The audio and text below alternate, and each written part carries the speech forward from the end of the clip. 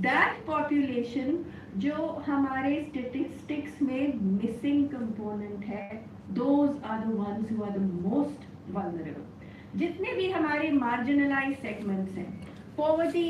में जो लोग रहते हैं, जिनके पास हेल्थ केयर की पहले से कमी है, जिनका इनॉक्यूलेशन रेगुलर कोर्स में भी नहीं हुआ है, प्री साइक्लोन इनॉक्यूलेशन अगर हो तो बहुत सारी बीमारियों से आप बच जाते हैं, पर वो इनॉक्यूलेशन अगर रेगुलर कोर्स में भी नहीं हुआ है तो फिर हम उससे बच नहीं रह सकते हैं, हमको और उससे सिवियर इफेक्ट पड़ता है। तो जो हमारे मार्जिनलाइज्ड एरियाज ऑलरेडी हमारा पुअर सेक्शन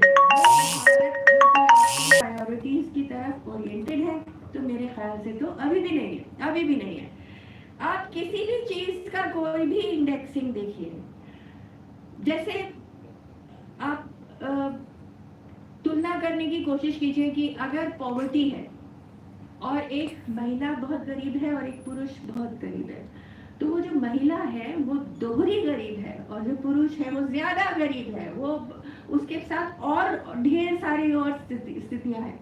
वो व्यक्ति जो कि दलित है और गरीब है, वो उस व्यक्ति से और ज्यादा मार्जिनलाइज्ड और बुरी स्थिति में है जो कि दलित नहीं है पर गरीब है, क्योंकि उसके साथ वो सोशल ऑप्रिबियम नहीं है जो कि एक जाति के एक सदस्य होने की वजह से आज भी हिंदुस्तान में ऑपरेट करता है। तो जितनी भी हमारी मार्जिनलाइजेशंस हैं, जितनी भी हमारी इनइक्विटीज हैं, वो हमारी वल्नरेबिलिटी में रिफ्लेक्ट करती हैं और वो उस व्यक्ति को और ज्यादा वल्नरेबल बना देती है जो कि इन पर्टिकुलर डिजास्टर से इफेक्ट होता है। तो understanding vulnerabilities and reorienting ourselves to meet the needs of the common people बहुत ज़्यादा important है।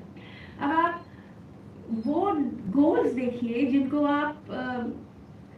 sustainable development goals कहते हैं, वो 17 है, उनमें नंबर 1 है freedom from hunger, freedom from poverty, और नंबर 2 है freedom from hunger। So if you still have hunger in Odisha, Kalahandi में अभी भी अकाल हो जाता है, वो सचमुच में ऐसा अकाल हो जाता है कि लोगों के पास खाने को नहीं होता। एक बार मैं उड़ीसा के एक दौरे पर गई थी और बहुत सुदूर से एक गांव में एक झोंपड़ी थी जहां पर एक महिला और उसकी एक बेटी थी। This woman had lost her husband, और जब हम मिलने गए उनसे तो पहले वो बाहर आई, तो जो साथ में लोग थे उन्होंने कहा कि आपकी एक बिटिया भी है, वो भी बाहर आई है। वो उस औरत ने कुछ नहीं कहा, वो थोड़ी देर वहाँ बैठी रही, and then she went in. और फिर जब वो बाहर आई तो उसकी बेटी बाहर आई, वो अंदर रही। उसने वही कपड़े पहने हुए थे जो उसकी माँ ने पहने हुए थे। तो जहाँ पर स्थिति ये है कि पहनने के लिए कपड़े उतने नहीं है जितने कि एक व्यक्ति के पास होने चाहिए, जहाँ पर ह्यूमन डिग्निटी का स्तर ये है कि खाने की कमी है, कपड़ों की कमी है, बेसिक ह्यूमन नीड्स पूरी नहीं हो रही है।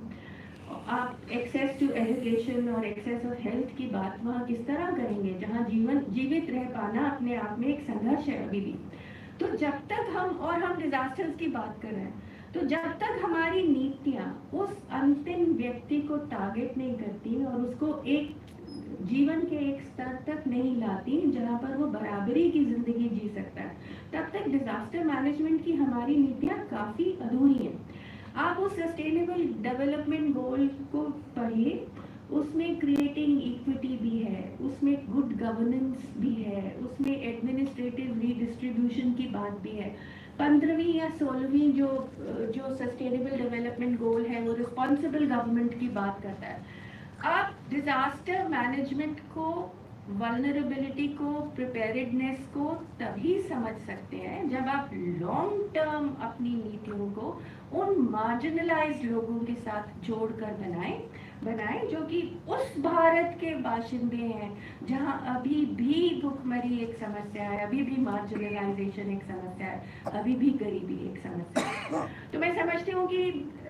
आज मैं चाहती थी कि हम सोशल साइंस के पर्सपेक्टिव से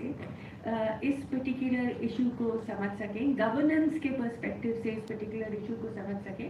और समझ सकें कि हमें कितना आगे जाने की अभी ज़रूरत है। और मैंने सिर्फ एक प्रकार के डिज़ास्टर्स की यहाँ बात की जो कि भूखमरी, अकाल और फैमिन और साइक्लोन्स से रिलेटेड थे, पर मैं समझती हूँ कि शायद